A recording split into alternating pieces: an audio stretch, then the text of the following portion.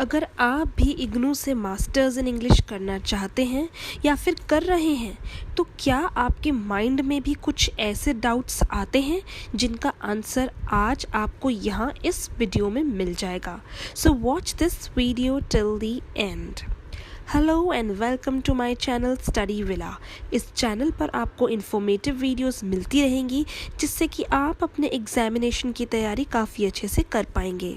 Guys, हम जब भी किसी कोर्स को करने के बारे में किसी से पूछते हैं तो उनकी सारी बातों पर हमें विश्वास नहीं करना चाहिए।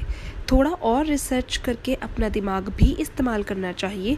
और ऐसी ही कुछ मिथ्स हैं IGNOU MEG masters in English से रिलेटेड जो कि आज हम अपने चैनल में स्टूडेंट्स के लिए लेकर आए हैं।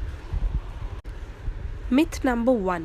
It is not okay to do MEG from IGNOU, which is completely wrong.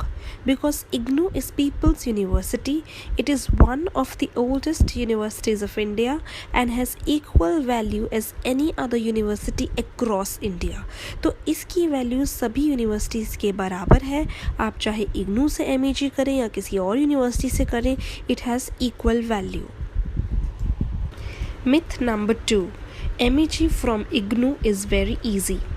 अगर आपसे ऐसा किसी ने कहा है कि IGNOU से मास्टर्स कर लो आसान होता है तो पहले ये जान लीजिए कि क्या उन्होंने एग्ज़ाम दिए हैं।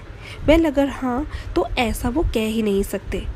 देखिए, कोई भी डिग्री आसान नहीं होती।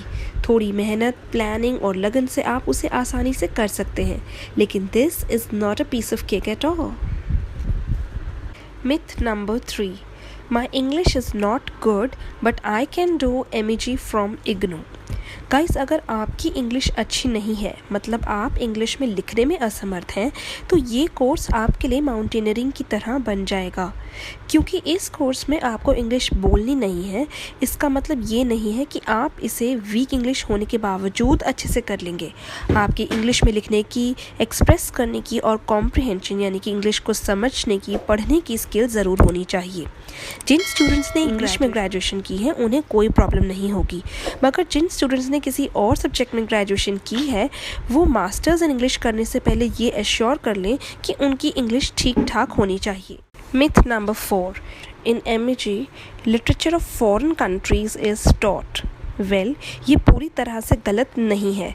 This course is about English literature and the language English has come to our country from foreign. तो उसकी नॉलेज के लिए ब्रिटिश लिटरेचर पढ़ाया जाता है जिसमें कि शेक्सपियर, वर्ड्सवर्थ, कोलरिज जैसे राइटर्स के बारे में पढ़ाया जाता है। लेकिन सेकेंड ईयर में और भी चॉइसेस दिए जाते हैं जिसमें कि Indian English literature, Canadian literature, American literature, Australian literature के बारे में भी पढ़ाया जाता है जो कि कंप्लीटली ऑप्शनल होता है। मैं तो यह कहूँगी कि हमें इंडियन इंग्लिश लिटरेचर करना चाहिए क्योंकि इससे हमें ये पता लगता है कि आज से 150 ईयर्स पहले के इंडियंस कितने कैपेबल थे कि उन्होंने फॉरेन लैंग्वेज में पोम्स, नॉवेल्स और ड्रामा लिख दिए। ये हमारे लिए बहुत ही प्राउड की बात होनी चाहिए। तो आपके पास चॉइस होती है कि आप क्या पढ़ेंगे। Myth number 5. इग्नू में स्टूडेंट्स को फेल कर देते हैं। गाइस, कुछ लोगों के बिलीव की वजह से कई स्टूडेंट्स डिस्करेज होते हैं। यदि आप सही इन्फॉर्मेशन एग्जामिनेशन में लिखेंगे तो यूनिवर्सिटी को आपको फेल करके क्या मिलेगा। अगर आप लास्ट 10 दिन में पढ़कर सिर्फ YouTube वीडियोस देखकर आंसर्स लिखने की कोशिश करेंगे तो आपके हाथ सिर्फ निराशा लगेगी। तो मेंटोस खाइए और दिमाग की बत्ती जलाइए और सही लॉजिकल बातों पर विश्वास कीजिए। आई होप इस वीडियो को देखने के बाद आपके माइंड में काफ़ी क्लैरिटी आ गई होगी। और जैसे कि हमारे फेवरेट शाहरुख खान ने कहा है, अगर किसी चीज़ को पूरे दिल से चाहो तो सारी कायनात तुम्हें उससे मिलाने की साजिश में लग जाती है। तो घबराइए नहीं, work smart and get going.